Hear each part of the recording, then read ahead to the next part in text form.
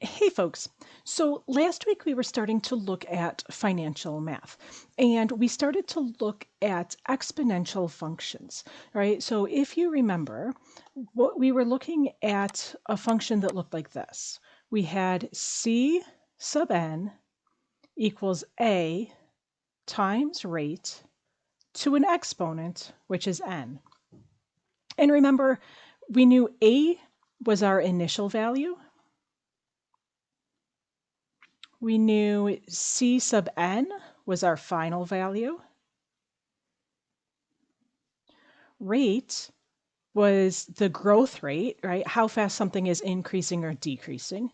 And we said that was 1 plus percent divided by 100 if it's increasing, or 1 minus percent divided by 100 if it was decreasing. Or if we had words like double or triple, it was just 2 or 3, for example. And then n was time, where time and rate had to be measured in the same units. And what we did was we started by solving for our final amount if we knew a, rate, and time. And then we moved on to see what happens if we know our final amount, but we need to find, for example, our initial value, our starting amount. Or if we knew everything except rate, how to find rate. And we could either use this original formula here that we were using and then do some algebra, or we looked at two alternate formulas where the algebra is just done for you already, but they all come from this same place. Now, that leaves one variable that we haven't really addressed yet. How do we find time if we don't know that? So let's say we knew our initial value and our final value and our rate, but we just didn't know how long it was going to take to get there, if that was the question. So that's the question we're going to be answering today, is how to find time, how to find n. Now, last year, if you were in CST math, so if you were in 10 CST last year, one of the ways we did this was by using guess and check. Okay, so let's say this. Let's say we ended up with an equation that said this: 1024 equals 4 to the x. And we want to know what x is. Well, we could guess, or we could just kind of make almost like a table of values. If x was 1, that would be 4 to the 1, which is just 4. If x was 2, that would be 4 squared, which is 16. If x was 3, that means our exponent would be a 3, and if we do 4 cubed, that's 64. 4 to the 4th, if we did that, 256. 4 to the 5th, 1024. So we finally found what exponent we have to put on the 4 to get 1024, and so we could say x equals 5. Okay, we just keep trying different exponents until we get to the right one. And for what you were doing last year, that worked really well. Okay, but what if this was the question? What if I asked you kind of what exponent do we have to put on 1.12 to get to 2? So if the question was this, 2 equals 1.12 to the x. Well, we can start the same way. We can start kind of by guessing and checking, right? That's the only method we really know. So what happens if x is 1? 1.12 would get a 1 as the exponent, and we just get 1.12. Well, that's not very close to 2, so maybe let's skip. Let's see what happens when x is 3. So 1.12 with an exponent of 3, or 1.12 cubed. When we do that, we get 1.4049. And we want to find 2, right? Just like in this first one, we wanted to find what exponent's going to give us 1024. In this case, we want to find what exponent we can put on 1.12 to give us 2. So this doesn't give us 2, so we better keep looking. What if my next guess is a 5? Okay, and I'm just kind of picking numbers, increasing until I'm getting closer and closer to 2. Well, 1.12 to the 5th is 1.7623. We're getting closer. Let's guess 1.12 to the sixth. We're getting close enough to 2 that maybe it just makes sense to go up by 1. 1.12 to the sixth is 1.9738. That's pretty close, but when we're talking about finances, we really want to be like exactly on. So that's not going to work as our answer. Let's see what happens when we get 1.12 to the seventh. Let's see if that's too much. If we put that in our calculator, 1.12 to the seventh, we get 2.2107. So I know my answer has to be somewhere between 6 and 7. So we're going to have to start trying some decimals. Right? And this is where guess and check kind of falls apart a little bit. Right? Because now that I've done this, I know it's between 6 and 7, but there are a lot of decimals between 6 and 7 to try. So let's try 6.5. 1.12 to the 6.5. I can have a decimal as my exponent, no problem. And if we do that, we get 2.0889. Well, that's pretty close, but again, I need it to be exact. So let's make it, it needs to be a little bit smaller because we're too big here.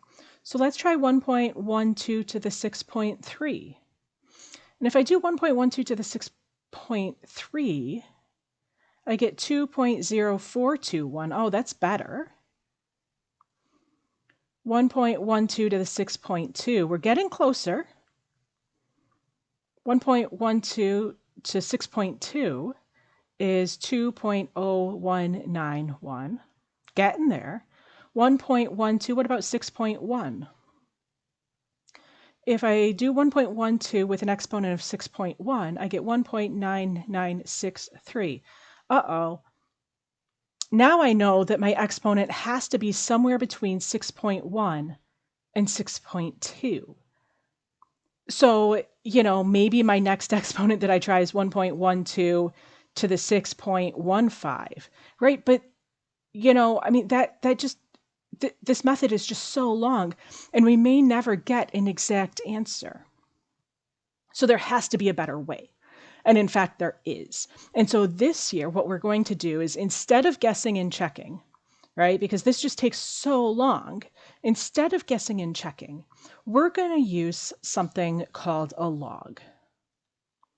Okay, and this is a function. It's also a button on your calculator, often written in lowercase. Right, so your button, the button on your calculator probably looks like this. And logs undo exponents, right? Just like multiplication and division kind of undo each other, right?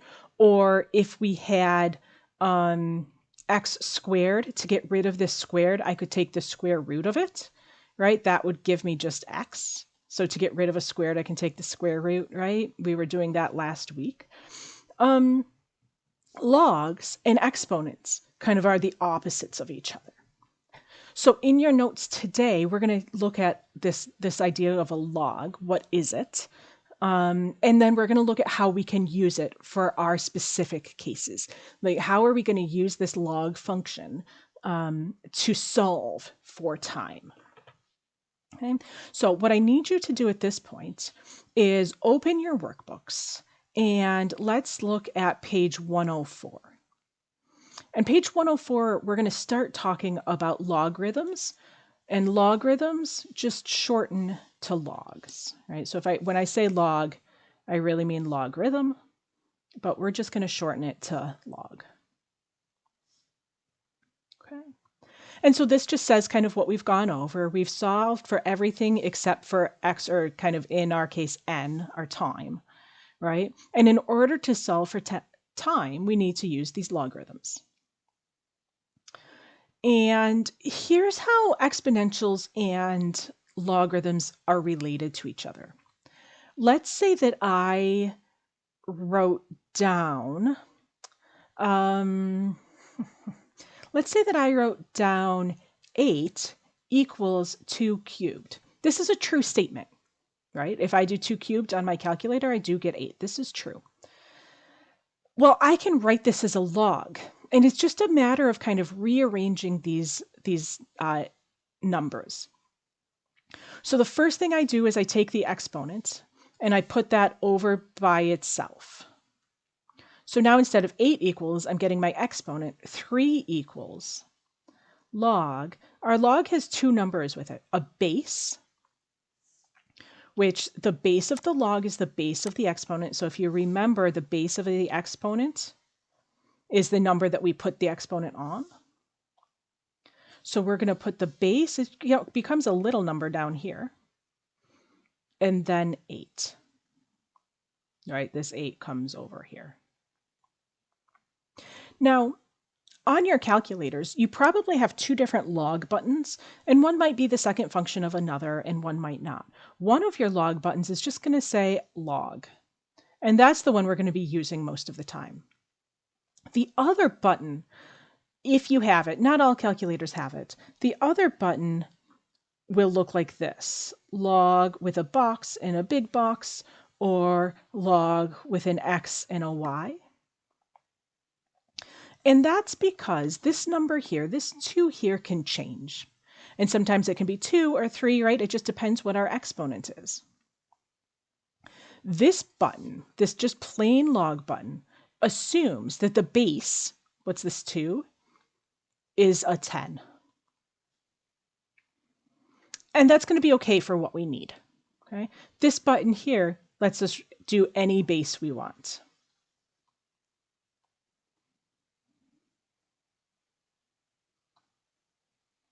Okay, so let's take a look at just rewriting our logs as exponents. Okay, this is handy because if I rewrite this first one, my exponent, kind of we can follow this example, right? My exponent, the x, comes out front. So we have an x out front, my exponent, equals, and then I write the word log, and then I need a little number, and the little number is always the number with the exponent. And then our other number goes here. So x equals log base 5 to the 4. Okay. Now, the good news is you aren't going to have to spend a lot of time rewriting exponents and logs. I'll show you a little shortcut. We could rewrite the second one though, like it doesn't hurt to know how to do it. So our x, our exponent, comes out front, and then log. This 3, the number that had the exponent, is a little number down below, and then 150. And same thing here. Not log. Our exponent gets written first, so this 8 gets written first, equals log. The base of the log, the little number, is the 3, and then 65, 61. And we could actually check that on our calculator, but we couldn't use this button here. We would have to use this button here. Well, this seems super complicated.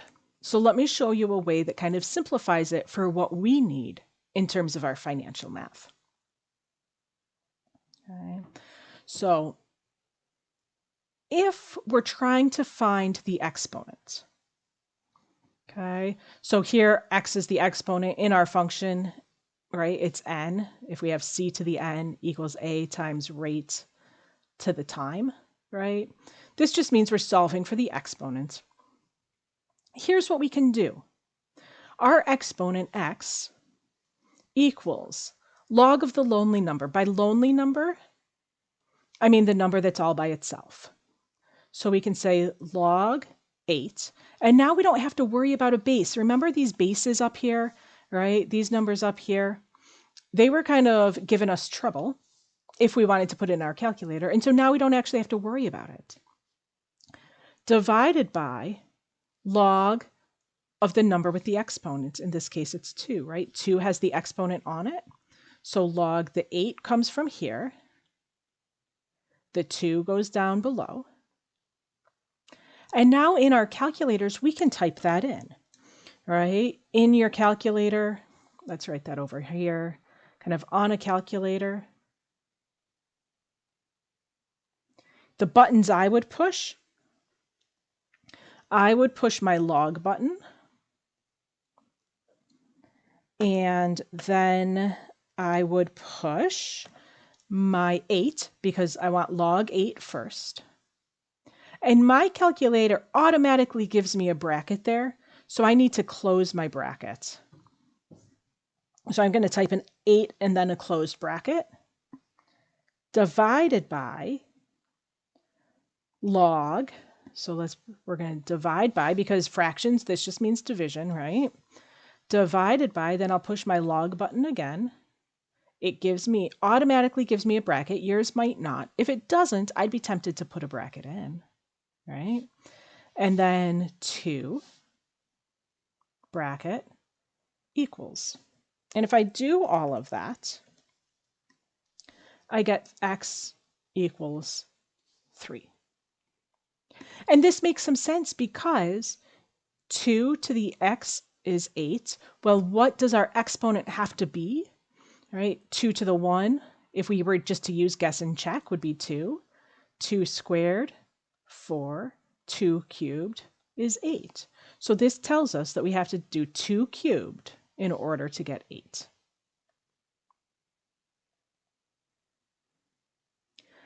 Let's take a look at one more example, and then we'll actually do it using some of our financial math or population questions. Okay. Now, this one's interesting. See this 4 here? We have to get rid of it before we can take the logs.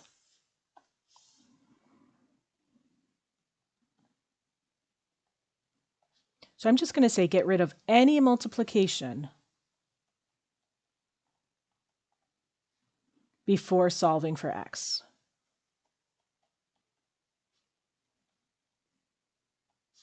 And this is super important. So let's divide both sides by 4. 150 divided by 4 is 37.5.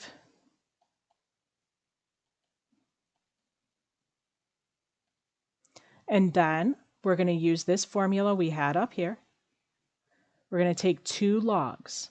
So x equals log of the lonely number, so log of the number that's all by itself. Well, the 37.5 is all by itself. So we're going to take log of 37.5 divided by log of the number with the exponent, 1.05. And just like before on my calculator, I'm going to type in log 37.5, and I'm going to close my brackets, divided by log 1.05, close the brackets again, and I get x equals 74.2843. This would have been a really difficult exponent to use guess and check for, right? Because what this is saying is 1.05, if we put this as an exponent, 74.2843, that's going to equal 37.5. Right? That comes from this statement right here. You don't have to show this work. I'm just showing you kind of what does this 74.2843 mean?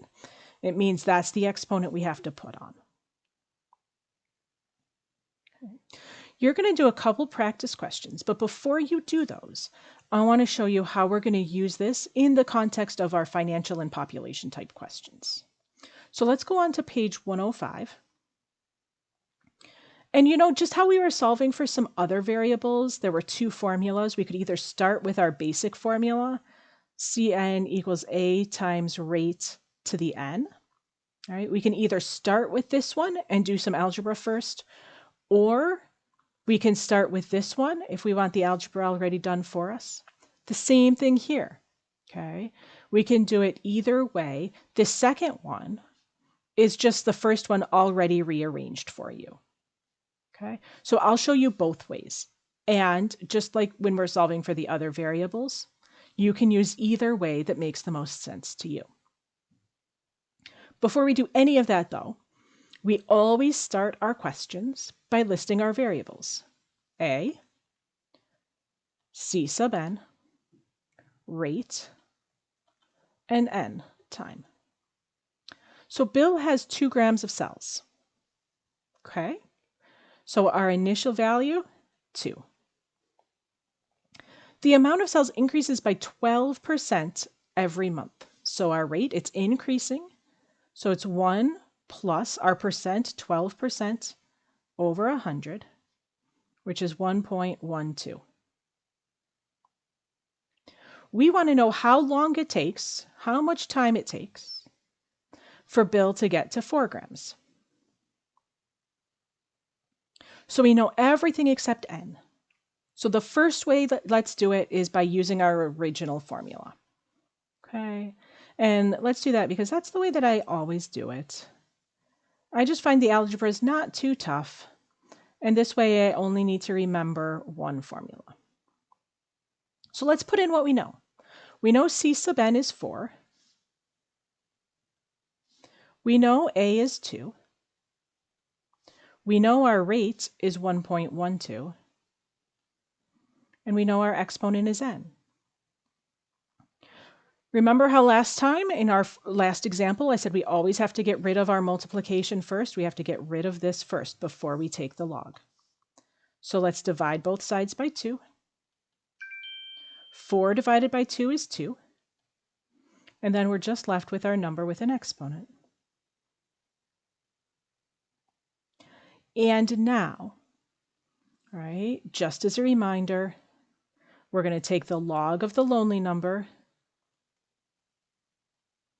divided by the log of the number with an exponent. So we take the log of the number that's all by itself. So n equals the log of the number that's all by itself, 2, divided by the log of the number with the exponent, 1.12. And to type that in the calculator, I press my log button, 2, close my brackets, divided by log button, 1.12, close my brackets, equals 6.1163. So the question is, how long does it take? Well, we need to know if this is, we're measuring things in hours or days or months or weeks or years or, whatever the case is. So we have to look back up to our question. And we see that the rate, it's for every month, which means our answer is in months. So if we write a final statement, it will take 6.1163 months. So just over half a year. Now, I told you there were 2 ways to do it. We could use this formula, right? Or, totally up to you, we can use this formula up here. N equals log C sub n divided by A divided by log of our rate. And let's look at what that would look like and how I would type that in the calculator. N equals log of C sub n, 4, divided by A, 2, divided by log of our rate, 1.12. And here I would absolutely use brackets when I'm typing this in my calculator. Okay, so if we get rid of this, in my calculator, I would type in the following buttons. Log, if it doesn't give you a bracket, I would type in a bracket. 4 divided by 2 bracket. Divided by, these brackets are super important. Divided by log bracket 1.12 bracket equals. Okay, and so this is in a calculator. So on a calculator, these are the buttons I would push. And if I do that, you'd see that I would get the same thing. I would get n equals 6.1163, which gives me the same answer as my concluding statement. Okay. Let's look at one more example, and then you'll have the rest of class to do some practice questions. Okay. So I'm going to scroll up a little bit. Okay. Here we go. Here's our very last example. An initial investment of $3,000 earns an annual compound interest rate of 2%. How long will it take for the investment to be worth $3,312.24? So let's write our variables. A, our initial amount, how much we start with, $3,000. Our final amount, how much do we have at the end? $3,312.24. Rate, well, we know that we're making money, right? Our final amount is bigger than our initial amount, right? So we're earning money, which means it's going to be 1 plus, right? If something was going down, it would be 1 minus, but in this case, it's 1 plus. Our percent, right? It's growing at 2%, so percent over 100, which gives us 1.02 to write that as a decimal. And we want to know how long it's going to take, so n is what we don't know. Okay, so I'll show you both ways again, and you get to choose. We can start with the formula that we always use. Okay, this is our basic one, and I always start with this because, like I said, means I only need to remember one formula. So let's put in what we know. We know that C sub n is $3,312.24. We know that A is $3,000. We know that our rate is 1.02, which means we are just looking for our exponent. So every single time we need to do our division first. So we'll divide by 3,000. And when I do that, 33.12 divided by 3,000, we get 1.1041 equals 1.02 to the n. And now we're ready to use our logs. So to do this, n, our exponent, equals the log of the lonely number, so the log of the number that's all by itself, 1.1041, divided by the log of the number with the exponent. So here's our number with the exponent, right? N is our exponent, so here's the number that has the exponent on it, 1.02. So if we type that, remember the button we're using is just our simple log button, right? It's not our fancy log button that has, you know, like 2 boxes or an X and a Y. We don't need those. We just need our simple log button. And if we do that, log of 1.1041 divided by log of 1.02, n equals 5.0009. So just over 5. And let's see, we need to know if we're talking about, you know, years or days or weeks or months or whatever. And we're talking about annual interest. Remember, annual means years. So it will take 5.0009 years.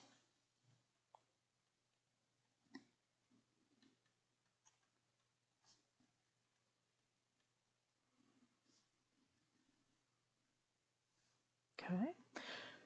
So that's the first formula we can use. Okay. If you don't like using that, if you'd rather have the algebra done for you, that's fine. Right? We just have to use the other formula. So n equals the log of C sub n divided by a. Right? The thing to remember here is that we need our brackets, divided by the log of our rate. So n equals the log of C sub n, our final amount, 33.1224, divided by a, our starting amount, 3,000. This whole thing divided by the log of our rate, which is 1.02. Okay, remember, super important to have these brackets here if you're doing it this way. Okay. So on my calculator, I'm going to type in log bracket 3312.24 divided by 3,000. I'm going to end my bracket divided by log 1.02. And when I do that, I get 4.999. Nope, because we have to round that up. That's going to round up to 5. Okay. Now you'll see these answers aren't identical. And the reason they're not identical is because here we rounded this. We used 4 decimal places and we rounded it. All right. Here, by putting these brackets in, we're actually using the exact amount. And so the difference between 5 and 5.0009, really minimal. So I know that I said we're going to be using 4 decimal places. If for your final answer, you want to round it to 2, so use 4 decimal places all the way through. And then if you want to round it to 2, I'm totally okay with it, right? If you want to leave it as 4, that's absolutely okay as well. All right, so you could write 5.0009 or 5. I'm okay with either. Because the answer that I got when I did that calculation was 4.99996. If we're only using 4 decimal places, we look at this last one. This means this has to go up from a 9 to a 10. And if this goes up, then this goes up, and this goes up, and this goes up, and this goes up. Kind of, we have a cascading series of 9s, which is going to give us 5. So I'm okay with either way. Okay. So those are your notes for today. And for the rest of class, what I'd like you to do is the practice questions on the previous page, right? So the practice questions on page 104, right? Just solving for x. And then the practice questions on page 106. There are 4 questions there as well. Okay. So that's what you should be doing for the rest of class. And when I come back, we'll take up any questions that you have.